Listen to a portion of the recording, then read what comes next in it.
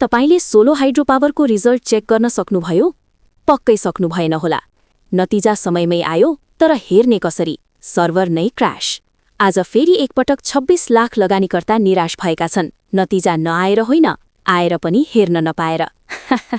लगानीकर्ताबाट हरेक कारोबारमा ट्याक्स र कमिसन उठाउन नेप्से र सम्बन्धित निकाय कहिल्यै पछि पर्दैनन्। तर जब सेवा दिने पालो आउँछ, सधैँ उही पुरानो सिस्टम एरर। यो आजको मात्र समस्या होइन, चाहे आइपिओ भर्ने बेला होस् या रिजल्ट हेर्ने बेला, लगानीकर्ताले सधैँ शास्ति भोग्नु परेको छ। एउटा गम्भीर प्रश्न, आज जम्मा 25,70,000 जनाले आवेदन दिँदा त वेबसाइटले धान्न सकेन, खुल्दै खुलेन।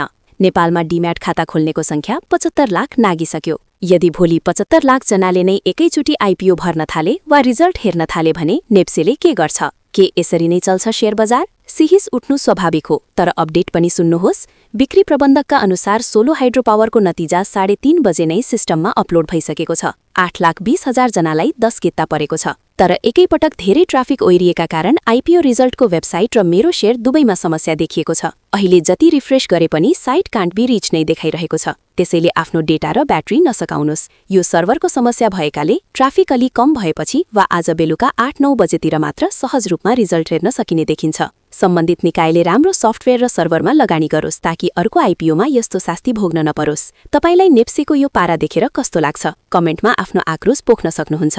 रिजल्टको डाइरेक्ट लिंक खुल्न साथ हामी कम्युनिटी ट्याबमा राख्नेछौँ। सब्स्क्राइब गरेर अपडेट रहनुहोला। धन्यवाद।